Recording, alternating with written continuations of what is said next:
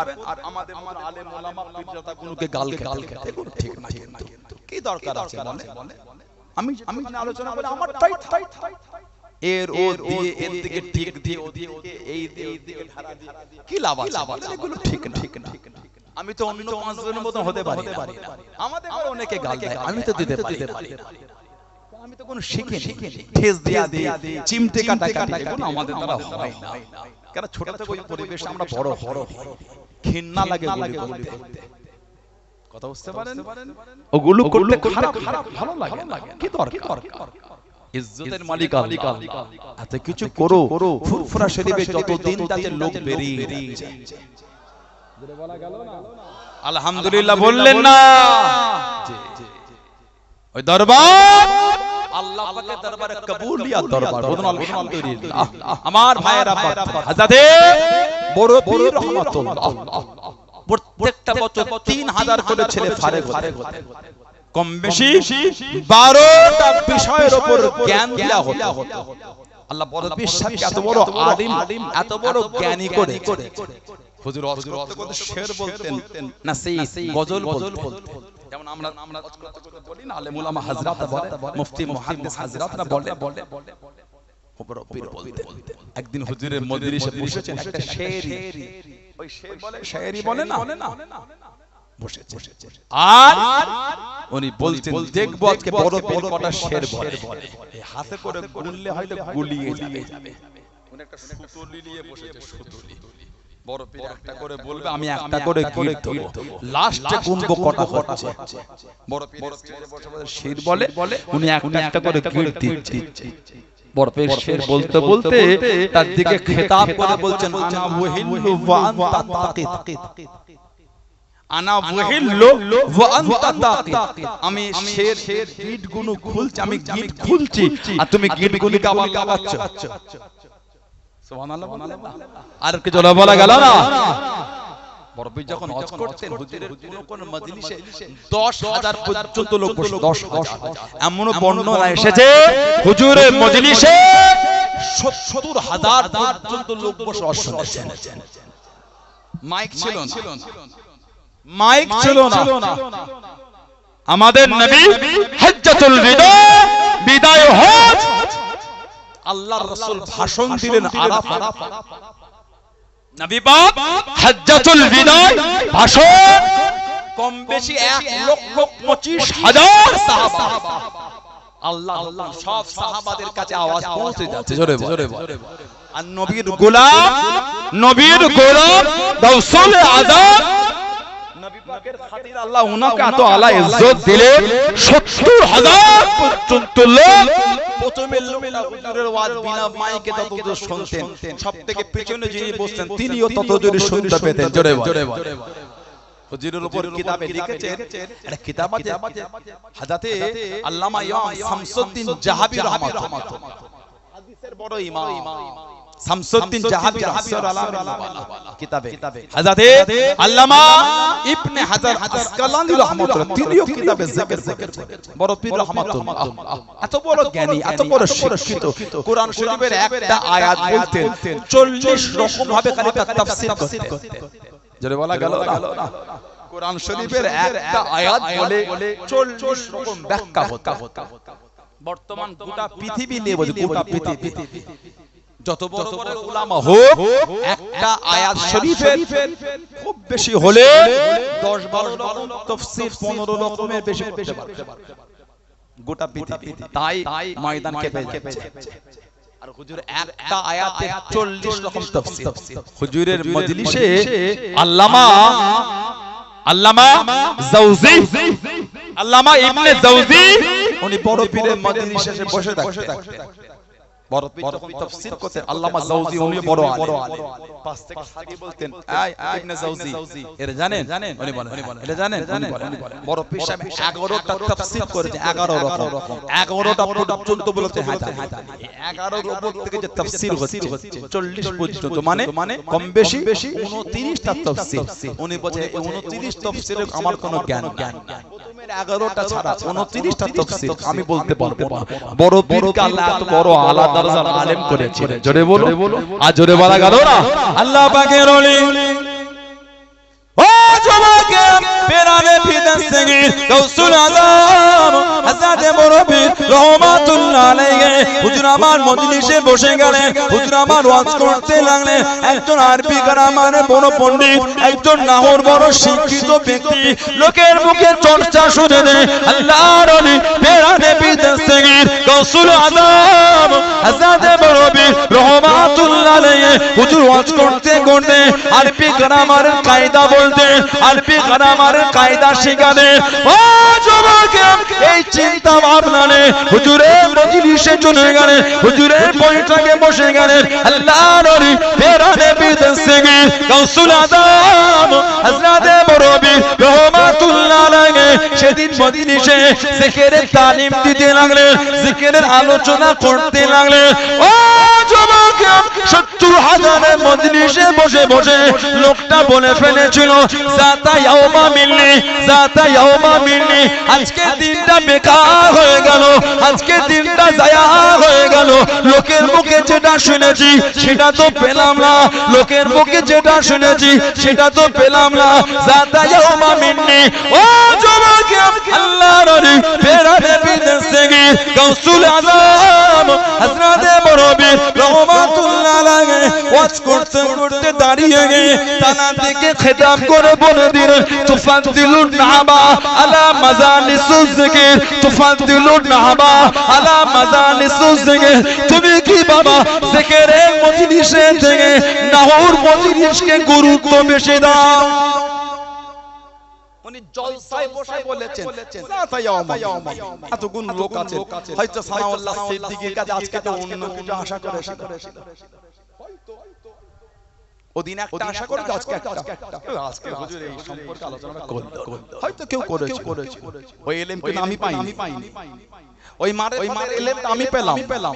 ওলিদের কাছে আল্লাহ পাক ইলহাম করেন, নবীদের কাছে আসে ওহী, নবীদের কাছে আসে ওহী, তানাদের দ্বারা আল্লাহ মুজিজা, ওলিদের কাছে হয় ইলহাম, তানাদের দ্বারা আল্লাহ কারামাত, শয়তানের দ্বারা হয় ইস্তিজরা, শয়তানের দ্বারা হয় শয়তান। ওই জাদু করে না, জাদু জাদু করে ওখানটা ফুদিল আগুন জ্বলে গেল, ওই শয়তানের দ্বারা হয়। কথা বুঝতে পারছেন? জাদু শয়তানের যেটা হয় ওটা হলো ইস্তিজরা। ওলিদের করে আল্লাহ ইলহাম করে। বড় পীর সাহেব উনি নিজেই বলেছে জাতা ইয়াউমা মিন্নি, ইনি এখানে বলছেন তুফাদ্দিলুন নাহবা আলা মাজালিসুজ যিকির, তুমি জিকিরের মজলিস থেকে না ওটা গুরুত্ব দিচ্ছ, আসো আমার কাছে থাকো। উনি বলে বড় পীরের কাছে আমি 1 বছর ছিলাম কম বেশি, নাহু আরবি ফাসাহা বালাগাতের উপর আল্লাহ এত ইলম আমাকে মিলিয়েছে, আমার এত বছরের জীবন আমি ওই ইলমে সামান্য এই বছরে যা পেয়েছি, এত ইলম আমি এত বছরে পাই না। জোরে বলুন না সুবহানাল্লাহ। বড় পীর জানার মাজারের কাছে দাঁড়িয়ে গেলেন কে? চার ইমামের ইমাম হযরত ইমাম বাহাউদ্দিন নকশবন্দ রাহমাতুল্লাহ। জানার মাজারটা হলো উজবেকিস্তান। ইমামে বাহাউদ্দিন নকশবন্দ রাহমাতুল্লাহ, ওনার নাম হলো বাহাউদ্দিন, বাহাউদ্দিন ওনার নাম, ওনাকে বলা হয় নকশবন্দ। জীবনে বললে পাবেন যেদিকে উনি দেখতে অটোমেটিক আল্লাহ লেখা হয়ে যেত, জোরে বলা গেল না? উনি যেদিকে দেখতে অটোমেটিক আল্লাহ লেখাটা হয়ে যেত, ওইজন্য ওনাকে বলা হয় নকশবন্দ, নকশা করনে ওয়ালা। জোরে বলা গেল না? আল্লাহ পাকের ওলি ও জমাকে হযরত বাগতি নকশবন্দ রহমাতুল্লাহ আলাইহি আল্লাহর ওলি চার ইমামের ইমাম, তরিকার চার ইমামের ইমাম গাউসুল আজম হযরত মুরব্বি রহমাতুল্লাহ আলাইহি মাজারের কাছে দাঁড়িয়ে গেলেন, কবরের কাছে দাঁড়িয়ে গিয়ে কবরটা জিয়ারত করতে লাগলেন। মাজারটা জিয়ারত করে মুনাজাত শেষ করে একটু দূরে দাঁড়িয়ে বড় পীরের প্রশংসা করেন, বড় পীরের তারিফ করেন।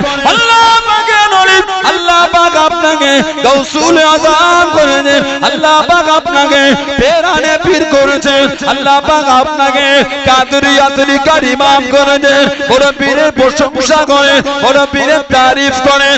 ও যুবক, আল্লাহ পাকের হুকুমে রূহানি অবস্থায় হুজুর আমার শুনতে পেয়ে গেলেন গাউসুল আজম হযরত বড়বীর রহমাতুল্লাহ আলাইহি কবর থেকে আওয়াজটা ভেসে ভেসে আসে, ও বাবা মাগো তুমি আমার তারিফ করো, তুমি আমার প্রশংসা করো, তুমি কি জানো আল্লাহ পাক তোমাকে কি মাকাম খানা দিয়েছে, কি ইজ্জত খানা দিয়েছে হুজুর আমি বলতে পারবো না, হুজুর আমি বাউন্দি জানি না। আল্লাহ পাকের হুকুমে রূহানি অবস্থা শুনতে পেয়ে গেলেন, ও বাবা মাগো আল্লাহ পাক তোমাকে ইলমে মারিফাতের ওই আলা মাকাম মিলিয়েছে বাবা, ইলমে রূহানিয়াতের ওই আলা দরজা মিলিয়েছে বাবা, আফতিয়াতের দ্বারা ওই জায়গাটা মিলিয়েছে বাবা। ও বাবা মাগো দুনিয়া জমিনে যেদিকে তাকাবে বাবা, যেদিকে দেখবে বাবা আল্লাহ পাকের হুকুমে ওই দিকে আল্লাহ নিকাহ হয়ে যাবে। জনে বলুন সুবহান, আর একটু জনে বলুন সুবহান। আল্লাহ আল্লাহ জিন্দা জিন্দা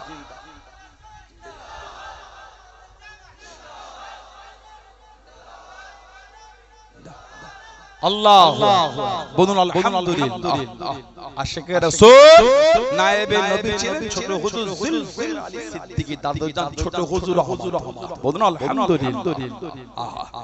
কি জীবন তৈরি করেছে নবী পাকের দিদার না পেলে বসে বসে কাঁদতেন আর পড়তেন, কেন রফিক দাও না দেখা কি কসুর করেছি, বলুন সুবহানাল্লাহ। কেন রফিক দাও না দেখা কি কসুর করেছি আমি, তোমারই ওই ইশকের মালা গলে দিয়া সাল্লাল্লাহ, তোমারই ওই ইশকে এমনি জ্বালা কি কবু মদিনা ওয়ালা, বলুন সুবহানাল্লাহ। আল্লাহ পাকের হুকুম নবী পাকের জিয়ারতটা নসিব হয়ে যেত, জোরে বলেন সুবহানাল্লাহ। হযরতে বড়পীর রহমাতুল্লাহ গাউসুল আযম হযরতে আব্দুল কাদের জিলানী আল বাগদাদি রাহমাতুল্লাহ হুজুরের জীবনের কিতাব আছে বাহজাতুল আসরার, বাহজাতুল আসরার বলে হুজুরের জীবনী। এত বড় আলেম ওয়াজ করতেন, এত বড় আলেম ওয়াজ করতেন হযরতে বড়পীর রহমাতুল্লাহ, এত বড় আলেম এত জ্ঞানী করে বাগদাদের মসজিদে বসে সামান্য কিছু লোক হুজুরের কথায় বা হুজুরকে দেখে প্রাধান্যই দিচ্ছে না, একে অপরের সাথে গল্প মনটা একটু খারাপ হয়ে গেল। হযরতে বড়পীর রহমাতুল্লাহ মনটা খারাপ হয়ে গেল। আল্লাহ পাকের ওলি ও তোমাকে পেরানে বিদেশ থেকে গাউসুল আযম হযরতে বড়পীর রহমাতুল্লাহ আলাইহি চোখটা বন্ধ করে নিয়ে আল্লাহ পাকের হুকুমে দুনিয়া বাদশা হাবিবুল্লাহকে জনাবে মুহাম্মদুর রাসূলুল্লাহ সাল্লাল্লাহু আলাইহি ওয়াসাল্লাম আল্লাহ নবীর সঙ্গে দিদারটা নসিব হয়ে গেল, আল্লাহ নবীর সঙ্গে লেখাটা নসিব হয়ে গেল। আল্লাহ নবী জানিয়ে দিন, আল্লাহ নবী জিজ্ঞাসা করেন, ও বাবা আব্দুল কাদের এত বড় আলেম হয়েছো বাবা, এত বড় জ্ঞানী হয়েছো বাবা, ওয়াজ কেন করো না, নসিহত কেন করো না?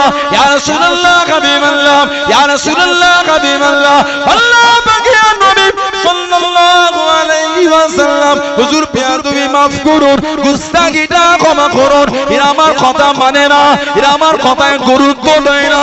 আল্লাহ নবী জানিয়ে দিয়ে, আল্লাহ নবী শুনিয়ে দিয়ে, ও আব্দুল কাদের কালটাকে ক্ষমা করো, আল্লাহ নবী কালটাকে হা করে নিয়ে আল্লাহ নবী নূরের মুখের ভিতর থেকে 7 বার লালা শরীফ খানা দিয়ে দিলেন। জোরে বলুন সুবহান, আর একটু জোরে বলুন সুবহান।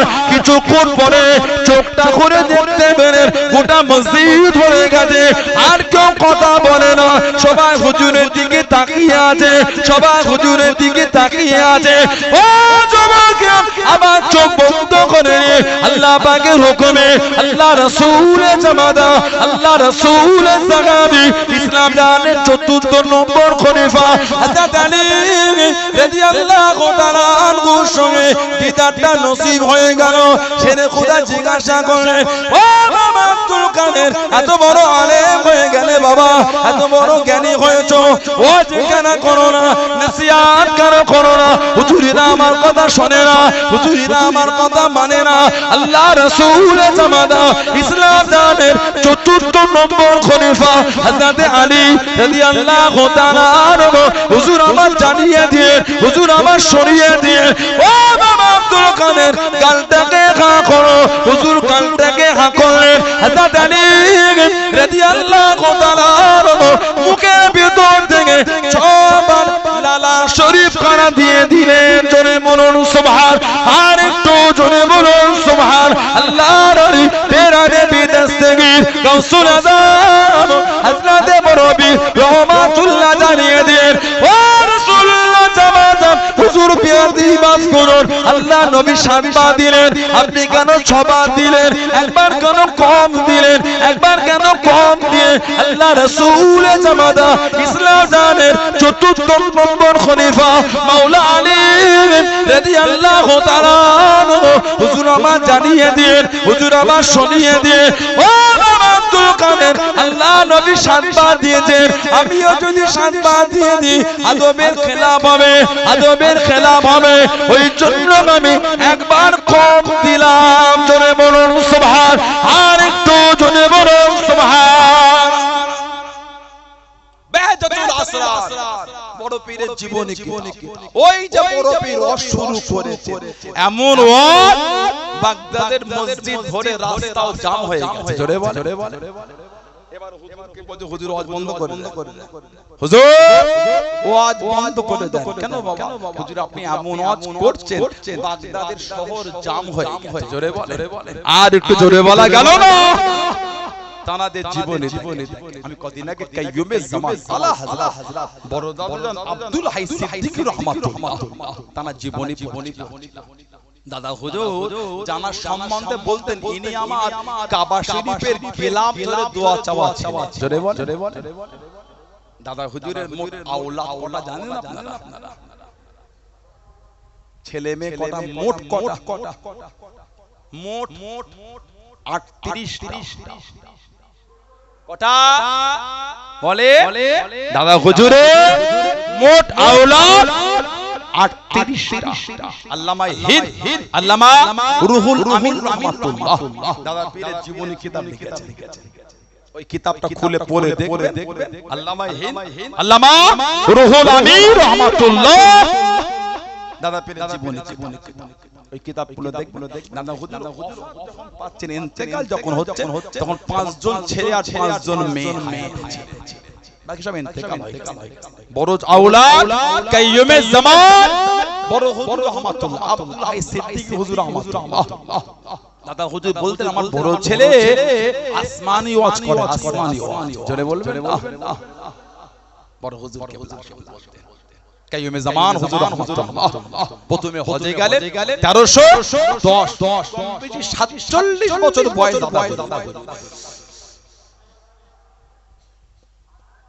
দাদা হুজুর গেলেন প্রথম হজে 1310 47 বছর বয়স।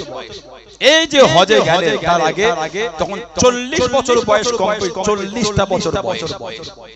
40 বছর পর্যন্ত এই জায়গায় এলেম অর্জন করলেন। 18 বছর তৎকালীন যুগে মানে দুষ্প্রাপ্য কিতাব যেগুলি পাওয়াটা অসম্ভব, সেই কিতাবগুলিকে সংগ্রহ করে দাদা হুজুর 18 বছর নিজের বাড়ির লাইব্রেরিতে দাদা হুজুর কেবলা অধ্যয়ন করেছিলেন। জোরে বলো, জোরে বলা গেল না?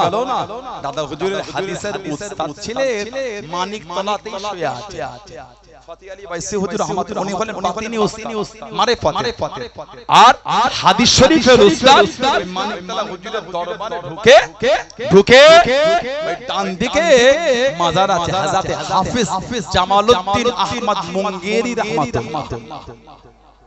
হাফেজ জামালউদ্দিন আহমদ মুঙ্গেরি রাহমাতুল্লাহ উনি হলেন দাদা হুজুরের হাদিসের উস্তাদ, তাফসীরের উস্তাদ, উনি হাদিসের উস্তাদ ছিলেন। জোরে বলবেন না? 23-24 বছরে দাদা হুজুর বিদগ্ধ পণ্ডিত হয়ে গেছে। বলুন আলহামদুলিল্লাহ। দাদা হুজুরের আওলাদ বড় হুজুর কিবলা প্রথম হজে গেলেন 47 বছর কম বেশি, এই যাবার আগে যখন 40 বছর আল্লাহ পাকের ওলি ও জওয়াকে ও আমার মুরব্বি বাজান মায়েরা বোনেরা মহিলা আমার আপনার পিতা নবীর হযরত আব্দুল্লাহিল মারুফ মুহাম্মদ আবু বকর সিদ্দিক রাহমাতুল্লাহ আলাইহি উনি আমার ঘুমিয়ে আছেন, উনি আমার রাত্রিতে শুয়ে আছেন, গভীর রাতের মধ্যে স্বপ্নের মধ্যে দেখতে পেলেন, হবের মধ্যে দেখতে পেলেন ও জওয়াকে একটা উঁচু জায়গাতে যেন দুনিয়া বাদশা হাবিবুল্লাহকে জনাবে মুহাম্মদ রাসূলুল্লাহ সাল্লাল্লাহু আলাইহি ওয়াসাল্লাম আল্লাহ নবী তশরীফ কানা রেখেছেন, আল্লাহ নবী ডাক দিয়ে আল্লাহ নবী ডেকে নিলেন ও মুসলমান সিদ্দিক আকবরের আওলাদ আমি নবী আমার সামনে চলে আসো, আমি নবী আমার কাছে চলে আসো। আল্লাহ নবী আমার আপনার দাদা বীর দুনিয়া বাদশা সরকারে দু আলম হাবিব মুস্তাফা শাহিন শাহে দো জাহান সাল্লাল্লাহু আলাইহি ওয়াসাল্লাম আল্লাহ নবীর কাছে দাঁড়িয়ে গেলেন, আল্লাহ নবীর সামনে চলে গেলেন, আল্লাহ নবী জানিয়ে দিয়ে আল্লাহ নবী শুনিয়ে দিয়ে ও মুসলমান সিদ্দিক আকবর আমি নবী আরো কাছে চলে আসো, আরো কাছে চলে গেলেন, আল্লাহ নবী মুঝকে কিছু জানিয়ে দিয়ে ও আমার সালে উম্মত ও আমার সিদ্দিক আকবরের আওলাদ আমি নবী নিজে হাতে করে খেলাতে আবাই খেলাতে আবাই খেলাতে আবাই আমি রাসূলুল্লাহ তোমাকে নিজে হাতে করে তোমার বংশীয় সম্মানীয় জামাখানা আমি নবী নিজে হাতে পরিয়ে দিলাম। জোরে বলুন সুবহান, আর একটু জোরে বলুন সুবহান। ও জওয়াকে আল্লাহ নবী জানিয়ে দিয়ে আল্লাহ নবী শুনিয়ে দিয়ে ও মুসলমান সিদ্দিক আকবরের আওলাদ আমি রাসূলুল্লাহ জানিয়ে দিলাম, আমি রাসূলুল্লাহ জানিয়ে দিলাম এই জামানায় আমার উম্মতের মধ্যে সবথেকে বেশি আল্লাহ রাব্বুল আলামিন তোমার দ্বারা খিদমত করিয়ে নেবেন। জোরে বলুন সুবহান, আর একটু জোরে বলুন সুবহান। আল্লাহ আল্লাহু আকবার জিন্দাবাদ আল্লাহ আল্লাহ বলুন আলহামদুলিল্লাহ জোরে হলো না এই জামানায় আমার উম্মতের মধ্যে তোমার দ্বারা আল্লাহ সবথেকে বেশি দ্বীনের খিদমত করাবে। নবী পাক স্বপ্নে বংশীয় সম্মানীয় জামাত খেলাতে আবাই আমাদের নবী সাল্লাল্লাহু আলাইহি ওয়াসাল্লাম নিজে হাতে পরিয়ে দিলেন। জোরে বলুন, আরেকটু জোরে বলা গেল না। আল্লামা হিন্দ আল্লামা আমির রহমাতুল্লাহ দাদা পীরের বিস্তারিত জীবনী লিখেছেন না লেখেন? খুলে পড়ে দেখে আল্লামা আমিন হুজুর লিখেছেন আল্লাহ রাসূল বলেছেন মান কাযাবা আলাইয়া মুতাআম্মিদান ফালইয়াতাবাওয়া মাকআদাহু মিনা। আমি নবী যে আমাকে মিথ্যা বলবে সেজন্য নিজের জায়গা নিজের জাহান্নাম ঠিক করলো। বলুন নাউযুবিল্লাহ। আপনাদের মনে হয় দাদা হুজুর জাহান্নামী? আপনাদের মনে হয় আল্লামা রুহুল আমিন সাহেব জাহান্নামী? নাউযুবিল্লাহ বলে, নাউযুবিল্লাহ বলে। যাত্রা ভিডিও থেকে এলোমেলো করবে আপনি মানে ভালোবাসার জায়গায় মজবুত। আমি আপনার শত্রু নয়, আপনার পীরের আওলাদ। ঠিক না ভুল বলছি? এটাকে দেখে আপনার শত্রু মনে হয়। ভুল যদি আমার হয় একবার নয় 100 বার নয় 1000 বার আমাকে বলে ভাইজান কি বাবাজি এটা ভুল হয়ে গেছে, সংশোধন হয়ে যাবে। যদি আমাকে বলার পরও যদি সংশোধন না হয় তখন আপনি যে ভাইটাকে বললাম বাবাজিটাকে বললাম মানলো বলে না কিন্তু আপনি দুর্নাম বদনাম গাল এটা ওটা বাজজাবান ইউটিউবের কমেন্ট ফেসবুকের কমেন্টে পারলেন এগুলি। আমি যদি ওই কাজে না হয় আল্লাহর আদালতে হিসাব কিন্তু হবে।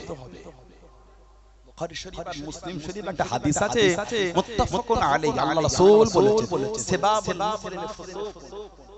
সেবাবুল মুসলিম ফুসুক মুসলমানকে গাল দিয়ে আল্লাহ হচ্ছে ফাসিক। মুসলমানকে গালি দিয়া বলে কি ফাসিক গাল দিচ্ছে।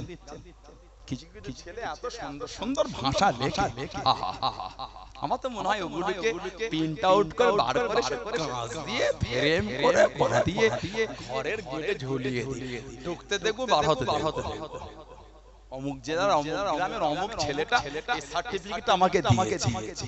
এগুলো ঠিক না, কষ্ট লাগে, ঠিক না? ভুল বলছি? আমি যদি খারাপ দূরে চলে যান, আমি যদি বাজে হয় সরে যান, গাল দিচ্ছেন কেন? নিজে নিজে পারিবারিক পরিচয়টা কমেন্টের মধ্যে কেন প্রকাশ করছেন?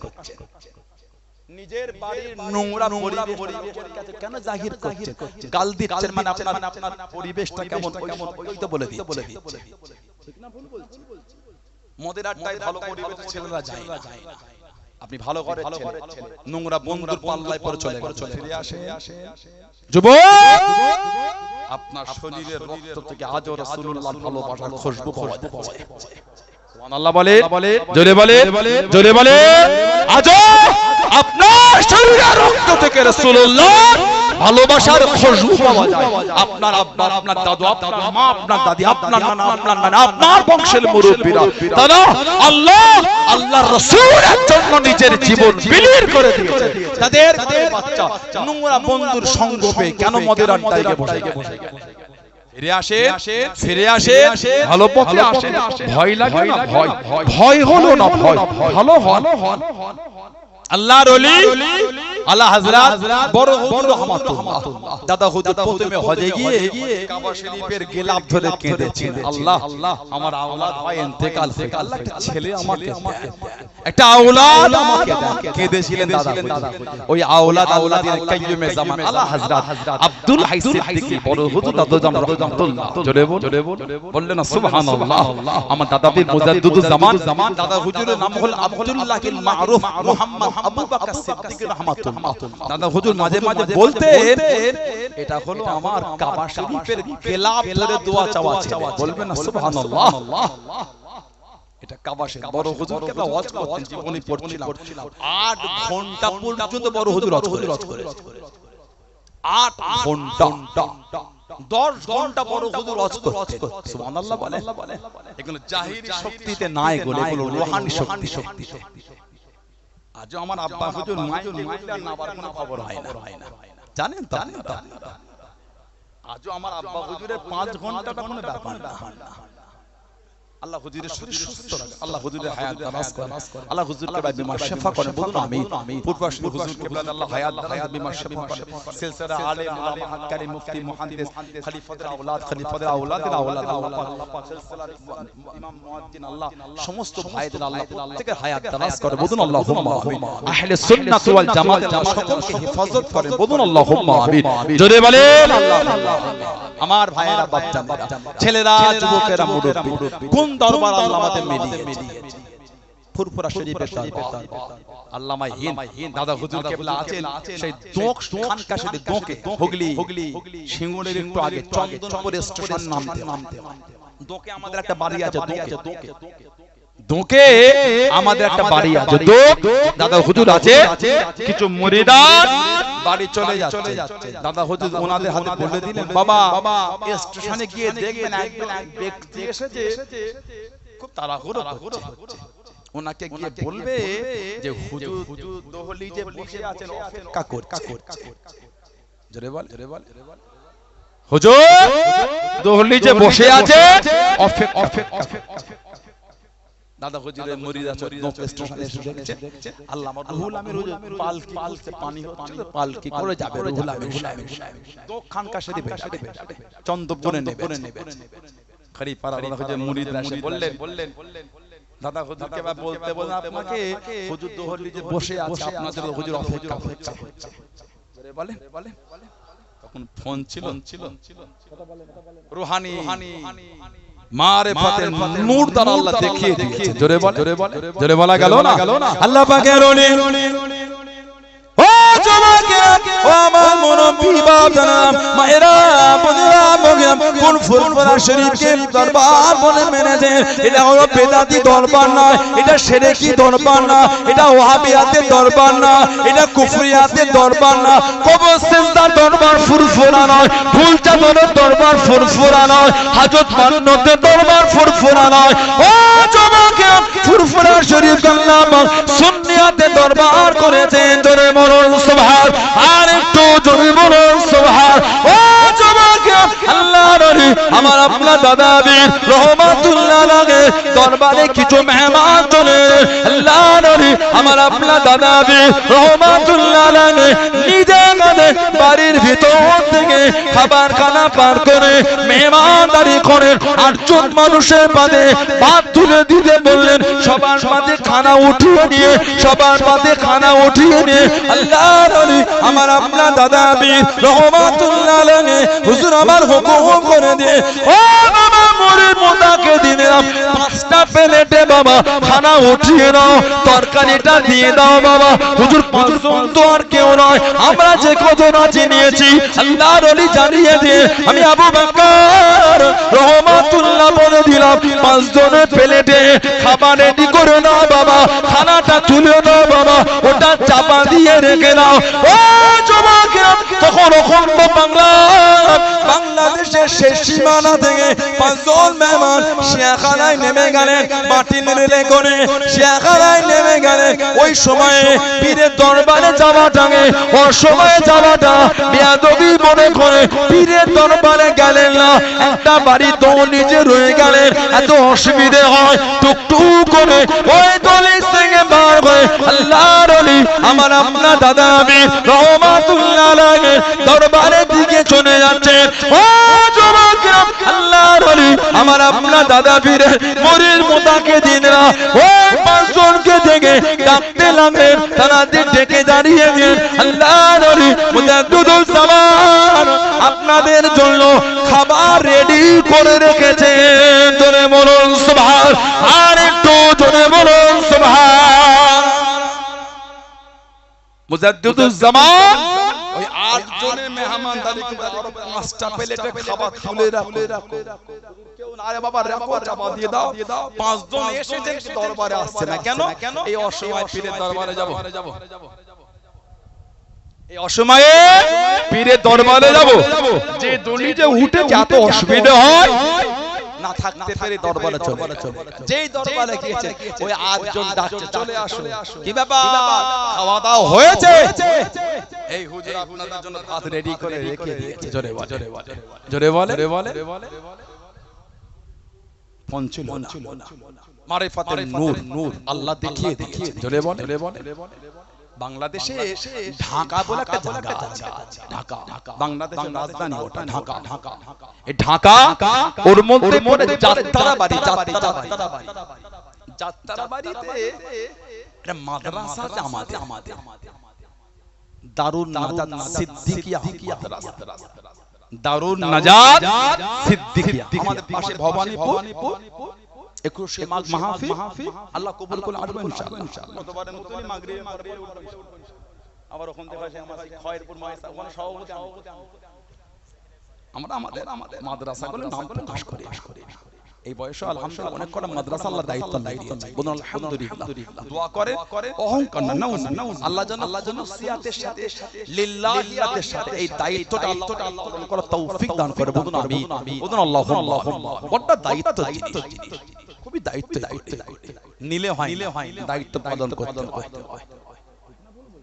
নিলে হয়। আমার ভাইরা আপনারা সব জানতো ভবানীপুরে জান না যে দেখা হবে ইনশাআল্লাহ। বলুন ইনশাআল্লাহ। আল্লাহ সকলকে সুস্থ রাখে। বলুন আমিন, বলুন আল্লাহুম্মা। বাংলাদেশে ঢাকা যাত্রাবাড়ি দারুন নাজাত যে মাদ্রাসার বর্তমান ছাত্র কম বেশি 10 থেকে 12,000। ঢাকা দারুন সিদ্দিকিয়া মাদ্রাসা দাদা হুজুর কেবলা 10 থেকে 12,000 ছাত্র শেখায়। ধরে বললেন না কত বড় মাদ্রাসা তাহলে পাবে। যিনি মেন দায়িত্বে আছেন আমাদের জনাব মুফতি আল্লামা আবু বকর সাহেব খুব ভালো আলেম, খুব বিনয়ী। দেখা হয় না ওনার কোনোদিন, কিন্তু যতটুকু আমি শুনেছি ওনার পেশায় ঢাকায় তো কমই যায়। আমি আমার সাইডে থাকি তো বড় জায়গা 63টা জেলা কম বেশি বাংলাদেশ। আব্বাজান হুজুর, চাচাজান হুজুর, আমি আমার ভাইরা সবাই এক একজন এক এক দিকে ছড়িয়ে যায়। সবাই এক একটা দিকে ছড়িয়ে ছড়িয়ে জলসা মাহফিল সব জেলাতেই তো ঘুরতে আলহামদুলিল্লাহ বলে জোরে হোদন আলহামদুলিল্লাহ সেখানেও তো আমাদের লক্ষ লক্ষ ভালোবাসার মানুষ আছে না তাহলে যেতে হয় আমার কোনো যাওয়ার অবশ্যই ইচ্ছা আছে আল্লাহ কবুল করলে ওসব জায়গায় গেলে তো নিজেকে ধন্য মনে হয় এত বড় একটা দিনের খিদমত যেখান থেকে হোদন আলহামদুলিল্লাহ আমার আব্বা হুজুরে একজন হুজুর তরিকা সবক দিবার জন্য বাংলাদেশের জেলা আছে কুড়িগ্রাম নাম শুনেছেন কুড়িগ্রাম এই কুড়িগ্রামে একজন আলেম আছেন আমাদের জনাব আলহাজ মাওলানা মুবাশশির রাশিদিন বড় আলেম আলহামদুলিল্লাহ ওনার আওলাদ মাসুমিল্লাহ ওনার ছেলে ঢাকা দারুন নাজাতে পড়ে সেই সূত্রে যোগাযোগ কিতাব হাদিয়া করে কদিন আগে কিতাব বার হয়েছে দাদা হুজুর নামে স্মারক গ্রহণ দাদা হুজুর নামে আর কিতাব কদিন আগে বার হয়েছে এই তানাদের খাতমে বুখারীতে আর কিতাব দাদা হুজুর নামে বার হয়েছে এই স্মারক এই দারুন নাজাত থেকে খুব ভালো প্রায় কম বেশি 650 পৃষ্ঠার কিতাব দাদা হুজুর স্মারক মুজাদ্দিদ জামান আমির শরিয়াত হযরত মাওলানা শেখ আবু বকর সিদ্দিকী ফুরফুরা বির রহমাতুল্লাহ স্মারক খুব ভালো খুব সুন্দর লিখে আমি আজকে পড়ছিলাম আমি তো অনেক আগে আজকে তো অনেক আগে বার হয়েছে কারণ সকাল উঠতে হবে গাড়িতে এই দিনের আলো থাকলে কিতাব একটু গাড়িতে পড়ছিলাম যতই পড়ছি ততই মুগ্ধ হয়ে যায় কি নিয়ামত আল্লাহ করেছে দাদা হুজুর কম বেশি 700 মাদ্রাসা করেছিলেন জোরে বলা গেল না আলহামদুলিল্লাহ বলতে পারলেন না মুজাদ্দিদ আপনি না আলেম আল্লাহ আমি গুনাহগার আমি গুনাহগার চলে আসে আমাদের জনাব মাওলানা মাসউদ আহমদ সাহেব খুব ভালোবাসা জানেন আলহামদুলিল্লাহ চলে বলেন আলহামদুলিল্লাহ উনি এসেছে আলোচনা করতে খুশি না বেজা অল্প না বেশি ইনার পরে আল্লামা রাহমাতুল্লাহ আলাইহি তানার কলিজার টুকরা তানার রক্তের রক্ত খানদান আমাদের জনাব মাওলানা মনির আলহামদুলিল্লাহ এসে গেছে মারহাবা বল জোরে বলো না মারহাবা এখন আমি বিদায় উল্টা